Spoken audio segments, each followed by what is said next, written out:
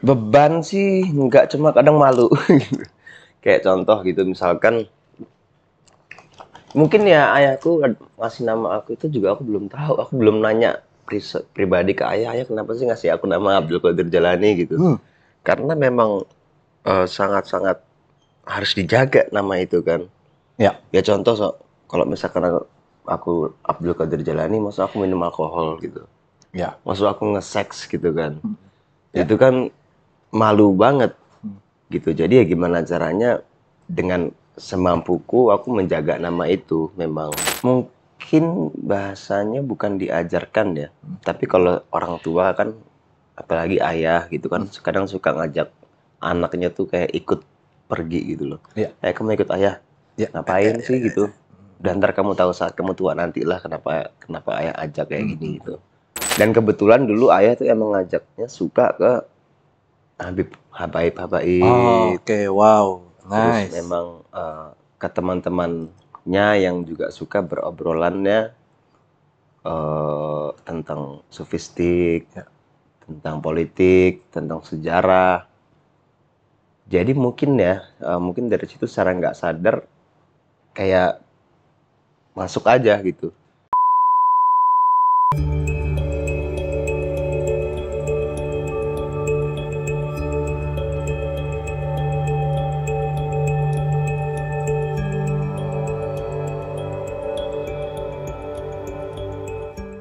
eh aku mau narik ke belakang dulu, tapi aku Ya. nggak mau detail gitu Mm-mm. karena buat aku udah yang udah dulu. Tapi yang aku mau Mm-mm. nanyakan apa yang kamu dapat dan apa yang kamu lihat. So banyak yang mengatakan tentang dirimu dulu, Mm-mm. kamu yang sekarang ini karena pernah kejadian sebuah tragedi saat dulu yang waktu kecelakaan itu. Ah, Nah, mm-mm. pertanyaannya gini, ketika kamu kan waktu itu sorry maaf, itu koma atau apa? Aku nggak tahu tuh, banyak versi juga tuh. Nah, tapi kalau kamu diceritain ke Bunda menceritakan kamu itu apa, koma atau apa? Kalau Bunda cerita sudah hampir apa, detak jantungnya tuh udah hampir menurun tuh. Oke, Terus near death experience, pengalaman bisa kematian. dibilang ya near death. Oh. Bisa bisa dibilang aku sih menganggapnya sebagai near death experience Oke, gitu. wow. Nah, biasanya Ya. rata-rata soalnya kayak aku juga pernah ngobrol beberapa orang gitu ya, salah satunya yang pernah aku undang gitu ya. Bisma Karisma, dia juga pernah Oh dibacok ya. juga kan. Mm-mm. Itu nah itu dia koma. Aku tanya sama dia dan ini aku sering banyak riset kali ini gitu yang menariknya bahwa kebanyakan mereka ketika mereka koma atau bahasa mati suri dan sebagainya, mereka menemukan sebuah cahaya biasanya. Entah itu warna Mm-mm. hijau, entah itu warna merah. Nah, kamu mengalami part of itunya atau gimana? Oh enggak sih, aku cuma waktu itu hilang gitu aja Hmm. langsung. Bangun-bangun dari rumah sakit, wah kenapa nih gitu. Oh gitu, tapi kamu nggak Iya, nggak mengalami kayak enggak sih. lihat apa something gitu. Enggak sih. Aku cuma ingatku aku lupa aja gitu, banyak lupa, banyak Oke. gelap gitu. Even dari nyetir pun aku sebenarnya udah lupa gitu. Eh, Oke. udah banyak Boleh. lupa. Tapi mungkin kalau ditanya melihat apa, ada hal sisi spiritual apa enggak yang kamu lihat dari situ? Aku sekali lagi aku nih ngomong di mana-mana ya. Kalau ngomong soal kecelakaan, tentu nasib keluarga korban Nggak lebih. apa-apa aku nanya ini nggak apa-apa ya. Iya, nggak apa-apa, nggak apa. Ya aku selalu bilang kalau kita ngomongin kecelakaan pada waktu itu, tentu nasib keluarga korban lebih memprihatinkan, tentu ya. Aku alhamdulillah masih dikasih nafas untuk memperbaiki diri lagi, untuk hidup lagi gitu. Tapi aku pernah di posisi yang nggak bisa jalan tuh selama 2 sampai 3 bulan lah. Oke. 2 sampai 3 bulan tuh aku bener-bener, maaf duluan, kakiku patah. Aha. Jadi aku bener-bener di kasur tuh ada 28 hari lah. Hmm. Itu ngeliatin orang jalan tuh enak banget. Oh Jadi wow. ngeliatin orang jalan tuh, ya Allah, pada waktu itu ya, aku Ah, tuh pengen jalan gitu. ngilu sih dengarnya. Pengen jalan gitu. Nah terus mungkin itu Hmm. efeknya sampai sekarang, kalau misalkan kita tahulah dengan sekarang dunia Hmm. dengan berisiknya sosmed, Hmm. dengan banyaknya mimpi kita sebagai manusia pribadi gitu. Pising kan kadang. Ya. Kalau sudah terlalu overthinking tuh aku buat sandaran hatiku itu aja sih. Oh, Ah, alhamdulillah aku masih bisa jalan kok gitu. iya iya iya. Alhamdulillah aku masih bisa ngobrol nih. Iya, iya, iya. Alhamdulillah aku masih bisa minum tadi, masih bisa makan. Itu menurutku sandaran hal yang luar biasa sih. Iya, iya, iya. Sandaran hati kalau Iya, kata Leto. iya, iya, benar, benar. Jadi kalau udah mulai overthinking kemana-mana, aku masih bisa nafas kok, aku pegang ini kok, aku masih bisa nafas. Aku masih bisa makan gitu, itu udah alhamdulillah banget gitu. Itu sih mungkin yang bisa aku ceritain Ya, sedikit. wow, wow. So, balik lagi ke masa sekarang, Mm. eh awal kamu mengenal tentang filosofi itu dari mana sih? Filosofi, filsafat gitu maksudnya.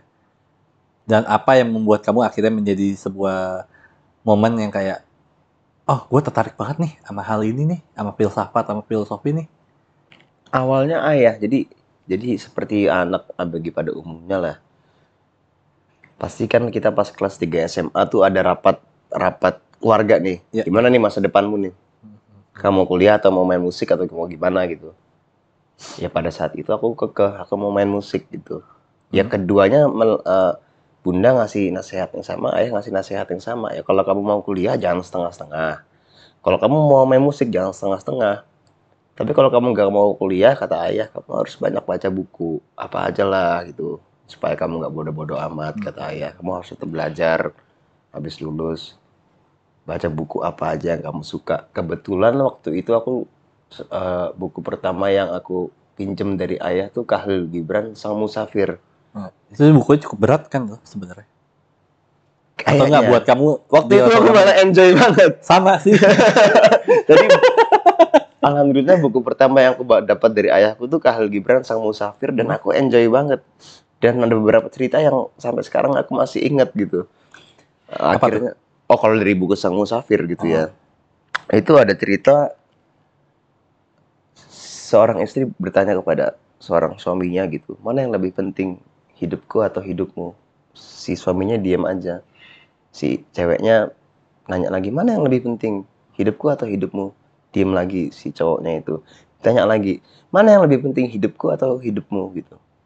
Dijawab sama si cowoknya, hidupku. Si cewek itu pergi dan dia berkata, kamu pergi tanpa kamu tahu bahwa kamu adalah hidupku. Itu dari Khalil Gibran. Wow, Gitu. wow, wow, wow. Bahasa filosofinya. Jadi ketika dia bahas yang lebih penting adalah hidupku, ya hidupku, kamu adalah hidupku gitu loh. Wow, wow. Nah dari situ aku kok mulai suka ya baca-baca yang Ya, bikin mikir gitu. ya, ya, ya, sama. Akhirnya sampai sekarang tuh aku baca buku Farudin Faiz.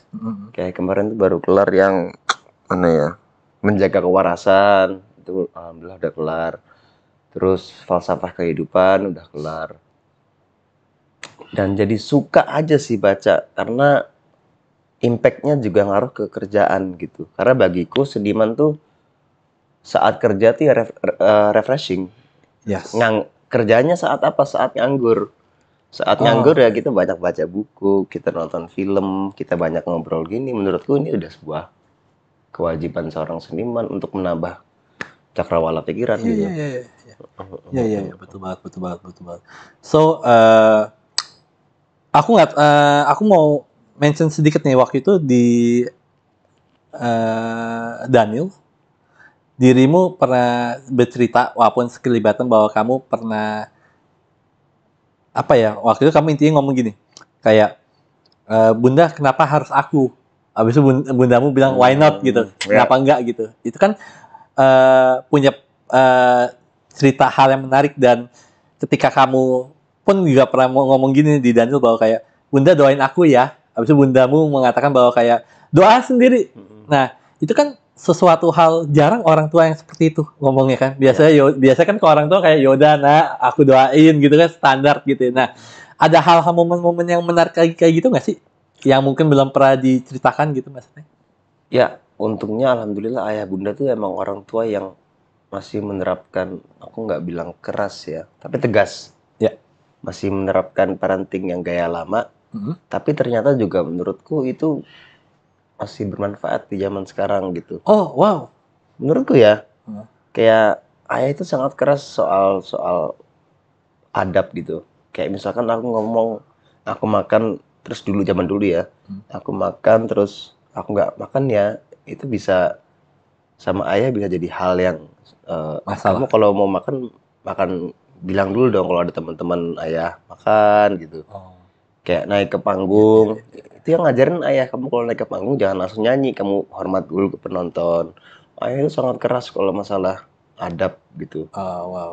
Bunda juga eh, keras juga, terutama tentang kemandirian finansial gitu. Jadi kalian kira dulu tuh orang yang minta-minta ke orang tua, enggak, Bunda tuh sangat keras. Kalian kalau mau kaya ya kalian kerja sendiri gitu. Ya, ya. Kalian kerja sendiri, kerja keras, jangan males gitu. Dan jangan ngutang gitu. Dan akhirnya ya itu mungkin plusnya itu menjadi mental kita yang sekarang gitu. Yes. Kita bukan eh, anak dari Bunda Maya dan anak Ayah Ahmad Dhani, tapi bukan apa-apa minta-minta gitu. Oke. Karena itu ngaruh juga dong ke spiritual, Ya, pasti. ya kan? Ketika kita di sama orang tua dipaksa untuk mandiri, otomatis kan kita di lapangan, contoh kayak tadi aku nemuin pengalaman spiritual dalam film. Ya, ya, Oh, ya, ya. ternyata di film tuh kayak gitu. Karena menurutku di era di umur 24 nih udah harus punya mental hanya ada aku dan Tuhan gitu. Kayak aku akhir-akhir ini sadar sebenarnya nggak ada yang manusia yang benar-benar peduli sama aku selain Allah pribadi Oh, wow. dan orang-orang Very yang nice. memancarkan cahaya Allah. Itu aja. Aku udah di fase itu dan memang didikan orang tua ayah bunda itu luar biasa banget, soal spiritual banyak banget ya, bisa aku bilang satu persatu. Kalau bunda ya tadi itu kan, kalau kamu mau doa mau diterima ya doa sendiri dong gitu. Kalau ayah ya kamu belajar dong, kamu belajar buku gitu, karena kalau ilmu Instagram, ilmu TikTok tuh ilmu umum gitu. Iya, iya, iya, Kalau iya. kamu belajar Setuju, setuju. buku itu literasi yang beda gitu. Iya, iya, iya. Jadi emang pendidikan orang tua tuh mungkin berpengaruh besar ya sama tumbuhnya aku menjadi mungkin aku yang kayak seperti ini dengan segala kelebihan dan kekurangan gitu. Nah, tadi nih kita nemuin, jadi berapa hari yang lalu, kemarin ya, Budi ya, jadi kita itu buat community gate di di YouTube gitu ya, yang akhirnya aku cuma nulis kayak timku nulis kayak kalau dulu diundang mau ditanya apa. Nah, akhirnya aku memilih salah satu pertanyaan yang dimana berhubungan dengan tadi tentang finansial, boleh dan Boleh dong. pertanyaan dan Jadi dia nanya kalau misalnya zaman sekarang nih Gen Z ada duit berlebih, duitnya ditaruh di mana ya investasinya? Gitu sih. Jadi ngelihat karena dulu kan udah punya uang yang punya pemasukan yang oke, dia kepo sih biasanya tuh dual atau Gen Z lainnya ada preferensi nih investasi di mana? Kalau aku karena kebetulan aku mau investasi di mana, aku kebetulan kerjanya di bidang seni, ya aku investasi di karya musik. Oke. Ya contoh rekaman, ya aku keluarin modal dong. Ya, Kapitalnya aku sendiri sehingga master punya aku. Hak cipta songwriting juga punya aku. Iya. Ya itu kalau di musik ya. Investasi mungkin kalau aku sih di musik sih, di kesenian ya. Di kesenian. Kalau mau investasi yang spiritual ya investasi sama Allah lah. Investasi sama Tuhan, sedekah itu kan investasi yang spiritual, bisnis dengan Tuhan gitu. Tapi kan sebaik-baik sedekah adalah sedekah yang tersembunyi kan. Sebaik-baik ibadah kan ibadah yang silent. Exactly. Jadi ya itu aja sih setahu aku. Wow. Cintamu terhadap Tisa itu seperti apa sih kalau diartikan dengan filosofi atau hal-hal seperti itu? Cintaku pada Tisa. Kalau pakai filosofi ya? Ya kayak dalam dunia pacaran aja, dunia cinta aku belajar banyak gitu. Bahwa cinta itu bukan sekedar perasaan yang menggebu-gebu. Aku kangen kamu, aku sayang kamu. Sorry, aku nih masih level di pacaran ya. Jadi kalau ada yang lebih ahli dalam rumah tangga, ya ini nggak apa-apa kok, ini pengalamanku, ini pengalamanku aja ya. Mungkin karena basicnya aku seneng ngobrol dan basicnya aku tuh kadang sama Tisa itu kan bukan sekedar pacaran doang, tapi juga udah sebagai kayak soulmate juga. Iya. Jadi kadang aku habis baca apa, sayang tadi kata buku ini gini gitu. Iya. Jadi kebetulan kadang aku habis baca bukunya Faridudin Attar gitu. Iya. Ya aku sayang tadi ada cerita lucu di bukunya Faridudin Attar tuh ngomong gini lucu ya. Ya akhirnya Tisa juga tertarik dengan hal-hal spiritual. Iya. Gitu. Untungnya Tisa juga tertarik, jadi nggak ada kesulitan sih. Dan aku nggak pernah niat menggurui gitu. Aku cuma sharing aja, tadi aku baca buku ini, terus kayak gini menurutmu gimana? Menurut aku gini, menurut kamu gini. Jadi lebih ke tukar pandangan aja sih, aku nggak punya niat untuk menggurui. Karena sekali lagi kalau untuk masalah spiritual itu masing-masing banget. Betul, setuju. Aku nggak mau. Yes. Kamu harus gini, aku nggak mau. Iya. Itu masing-masing banget. Toh pun ada yang bilang, Tisa tadi bilang, aku syariat banget, dul hakikat nggak juga gitu.